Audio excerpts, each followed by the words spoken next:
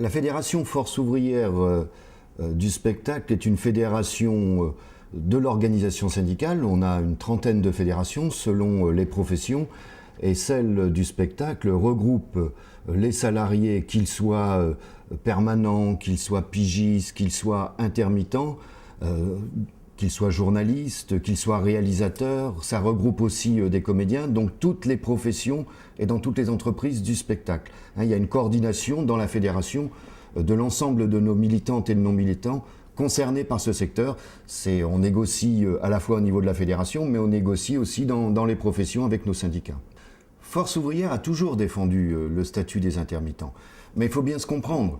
L'intermittence, quand c'est un choix, que ça permet, et c'est fait pour ça, que ça permet à la fois de pouvoir travailler, mais également d'avoir les plages nécessaires pour la réflexion, c'est ça qui est lié également au statut des intermittents, c'est quelque chose d'important. Ce que l'on sait par contre, c'est qu'il y a des abus.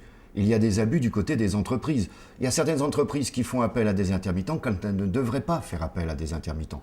Par exemple, dans certains services de communication. Donc ce qui est important, c'est que le statut de l'intermittent soit préservé, voire amélioré.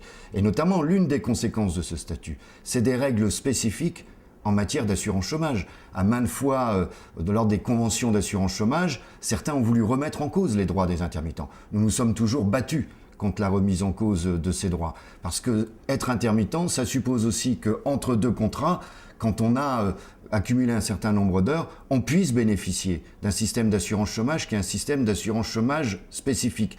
Ce que notamment les employeurs ont toujours voulu, sous prétexte du coût, à un moment donné remettre en cause. On sent très bien, par exemple, en ce moment, c'est vrai dans les professions dites du spectacle ou de l'information, une tendance à vouloir dire aux salariés, écoutez, intermittent, c'est peut-être pas le bon choix.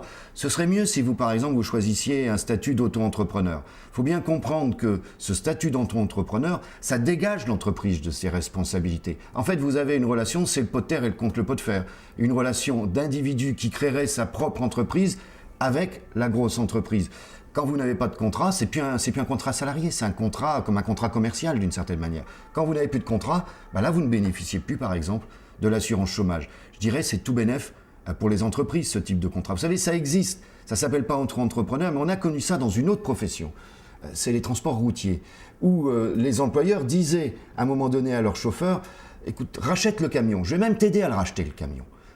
Tu vas acheter le camion, tu seras ton propre patron. Et après, tu travailleras exclusivement pour moi. Résultat des courses, le salarié en question, il avait du mal à payer son camion. Donc il faisait des heures à n'en plus finir et in fine, il gagnait moins que quand il était salarié. Donc c'est un véritable piège. Ça peut être intéressant l'auto-entrepreneur dans quelques cas particuliers, mais en tous les cas, quand les entreprises disent « mettez-vous en auto-entrepreneuriat », je dis attention, c'est danger pour les salariés.